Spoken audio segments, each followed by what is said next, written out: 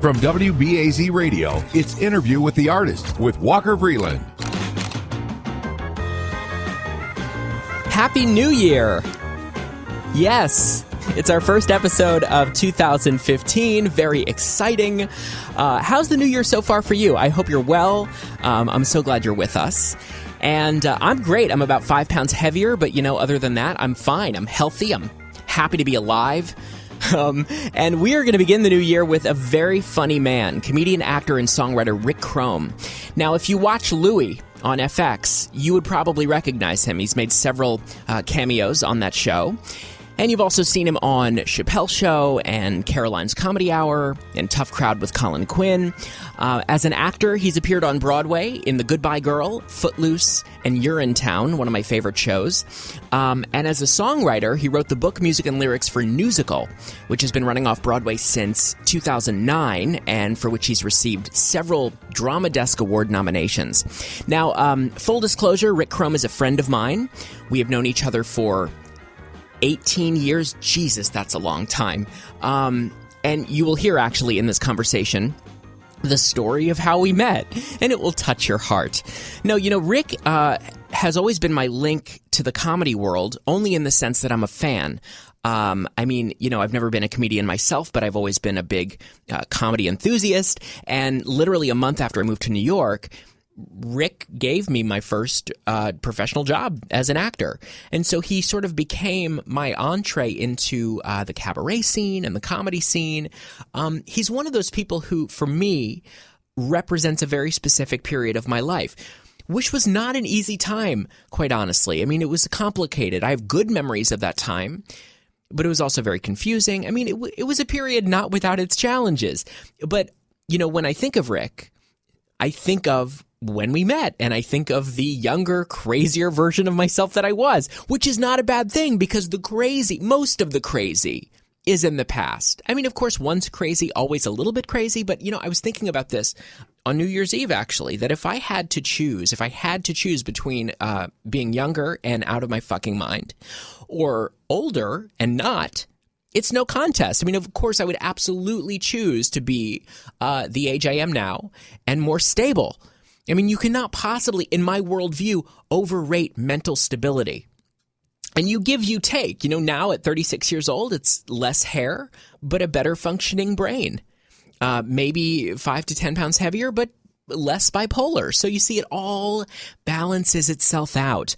And to sit down with Rick and to have him as a guest on the show, in many ways, and I hate this term, it was a full circle moment. Rick Crom holds a very special place in my heart, and we hadn't seen each other for, when this conversation took place a couple weeks ago, we hadn't seen each other for many years, so we had a lot of catching up to do.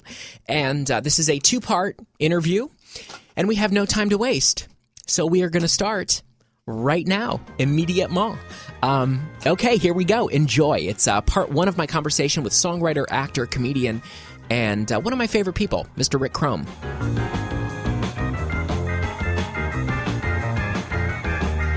And, hello. Oh, hello. Testing 1-1. And here he is from Long Island. It's Walker Vreeland. I've been waiting to hear you say that for so long. Walker Vreeland. That's what I want my job to be. I want to be the new Don Pardo. Hey, well, yes. I was telling you a thing in my act about how he'd been doing the show for so long. You go back through the tapes, and boy, he worked with a lot of great people. It's Sarah with John Wilkes Booth, Sarah Bernhardt, Attila the Hun, musical guest Mozart, Hitler. Oh, God. The last time I saw you, I think actually that I had come out with some friends maybe 5 or 6 years That's ago. right. Do you remember that? Yes. You had some sort of a party or event, Yes. and I brought a couple of friends from Manhattan. But before that, it had been forever. So Before that, I think it had been the get-together I had when I was released from the loony bin.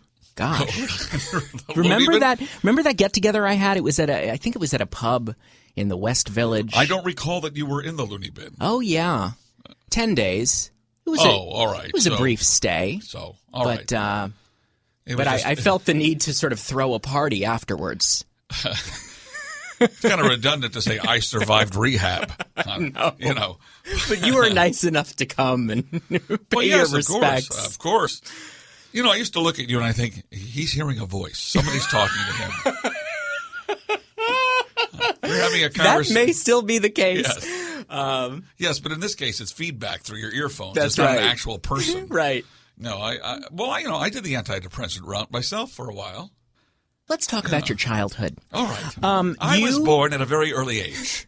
You're from Chicago, right? Yes, I am. What was it like growing up in your house?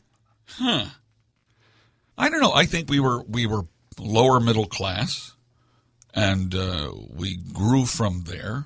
My dad was a printer. My mother was a homemaker, and her whole goal was that she just passed away. I told you. Yes, that. I'm so sorry. Well, thank you. But she did the thing. She waited till my sister was in high school before she went to work, and then she worked for 20 years managing a bake shop at Jewel. But what was it like? I was a middle child, so that explains a lot of my problems. Okay. Because middle children are always trying to find the best. Let's just find a solution. Let's just stop the fighting. Right. Mediate. Mediate, and as a result, having a desperate need for attention that resulted in me wanting to perform. Yeah. I wanted to be Danny Kaye. I wanted to be Danny Thomas. I wanted to be a Danny of some sort. I wanted to be a musical comedian. Yeah. I always wanted to do that. And, I'd been doing impressions and things since I was 12, 13, 14, and I was playing. So this all became this weird kid. I finally developed it all into an act where I could do music and impressions and jokes. I knew I was going to do music, and I knew I was going to be a writer. And, of course, my parents were terrified. It's like, he's going to be homeless. Both of them? Both of them had that response? Yeah. I mean, they were supportive, but they were like, but, listen, honey, it's a tough thing, and, you might not get it, so it wasn't that they discouraged me from doing it, but they were always cautious to say, but be sure you have a backup plan. Yeah.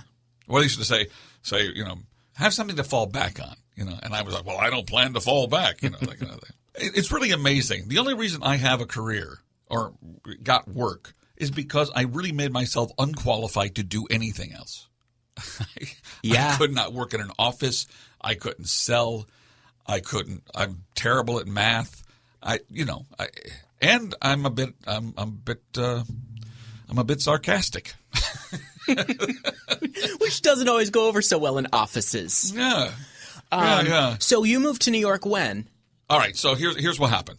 At 20 years old, I decided I was going to try to do some comedy. And there was a little comedy club by my house called Cobart's Comedy Club. I put together a little act where I, based on some of the stuff I'd done of the high school talent shows and stuff like that. Do you remember what was in your act? Oh, yes, I do, actually. One of my first bits was called Celebrity Unemployment. This is what it was. This was 1970. Carter was in office. And so it would start off, and I was Walter Cronkite. Good evening, this is Walter Cronkite. Because of today's current unemployment situation, many Hollywood celebrities have been forced to take part-time jobs to sustain them. Actor Kirk Douglas is the host of a morning children's program. And then I come out as Kirk Douglas. God, it's early. Hello, boys and girls. This is Uncle Kirk. My Kirk Douglas is not as good as it used to be. Today's letter is D, and I'm going to show you how to use the letter D in a sentence. Are you ready? Drop dead. And there were two others. I don't remember what they were. But that's great. So that's great. Do that. I did the first ever gay Western called Gay Smoke, based on Gunsmoke, And I would do all these, like John Wayne and all that stuff. I had some story there where this stranger was coming into town, and it was Jimmy Stewart, and he was shocked by everything, and there was a bar there, and John Wayne comes up to him. Yeah. Well, hello, stranger. Welcome to paradise. It was my gay John Wayne impression. Right. For your listeners, I am gay, so I'm allowed. Yes. All right. Hello, stranger. Welcome to paradise. They call me Mr. Kitty. Yeah. It's fantastic. Oh, Jesus Christ. Okay, so how do you get from there to New York? And how did you make that decision? Here's something weird. Because, as I say, it's an old saying. If you want to hear God laugh, make plans. Yeah. Because whatever you plan, that's not how it's going to happen. So there was an improv group also working the comedy club called Chicago City Limits. The owner of the club, Bill Cobart, came to me and he said, listen, they were talking and they would really like somebody to play music behind their scenes if you can improvise. Would you like to do that? I said, sure, I'm here. That would be fun. Now, this was when Chicago City Limits was in Chicago. In Chicago. Yeah. They had just been studying at Second City. Because I know now they're in New York. Still in New York. A different company, but still there after 30 years. So anyway, they said in 1978, in the winter, they said, we're going to go to New York and try things out there. Do you want to go? And, I was like, sure, get me out of here. Mm-hmm. So I came with them, and when I came to New York, I was a big fish in a small pond in Chicago because I was hilarious. I thought, and I had a guitar, and I'd close my set with, dueling banjos played on one guitar. Oh, I was a big show. But you get to New York, and now the people in the clubs were a young Jerry Seinfeld, a young Paul Reiser, a young Gilbert Gottfried, a young Bill Maher, a young Larry Miller,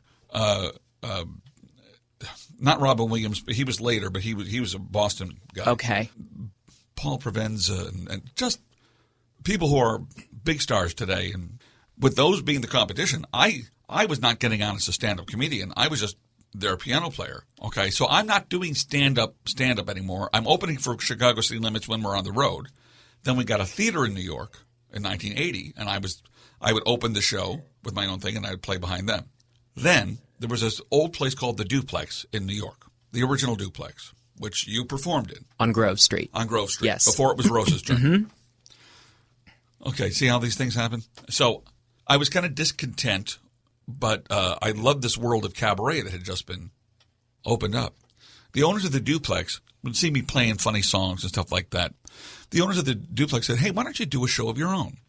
I wrote this little show called Oh Fine, which was a review based on people I knew in the village and things, observations of the world. A lot of character studies in it. Okay. That show, the next year, a guy saw it in cabaret, produced it off-Broadway under the title RSVP, which was a lyric from one of the songs, which did terribly off-Broadway because, I let the creative control go, and it was suddenly this has been a theme of my life. Maintaining creative control of your work. Maintaining the vision, going, no, it's not that makes it funny. It's this that makes it funny. Right. But anyway, that was my first off-Broadway show. I was 25 years old. 2 years later, I'm working with Chicago City Limits. The Comedy Cellar had a piano player who was moving to L.A. to pursue his career. The only other funny-ish piano player they knew was me. Bill Grunfest asked me if I would just play piano behind him and kind of sidekick, which I did. So this year is 30 years I've been with them. Amazing. Yeah. Still a staple at the Comedy Cellar.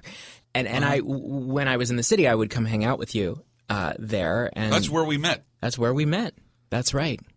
When I was all of 18 years old. Do you remember that story? I do. I was there with my parents. Yeah. It was Parents' Weekend at NYU. I brought them to the Comedy Cellar. And you, I think I approached you after your set to tell you how much I enjoyed it. And you did, but there was something else before that. Was there? That on stage, right? That's right. I think my dad was wearing a suit, and I think you sort of went after him. You said the investment bankers are here or something. And he was an investment banker. Yes. But I could tell you guys were a family because you all looked alike. Right. And so I'm sure we had some good-natured chiding. Yes. No, it's great. And then, I know. And I asked what you did. Oh, he's studying theater at NYU. And I said, I just wrote a show. Maybe you can audition for it. That's right. That's right. You said that on stage, and then maybe you can I came up to you. And no, then your dad came up to me. Oh, God. You're kidding. No, your dad went to the restroom, and then on his way back to the table. He came out into the hallway where I was, and he said, "Hey, listen, my son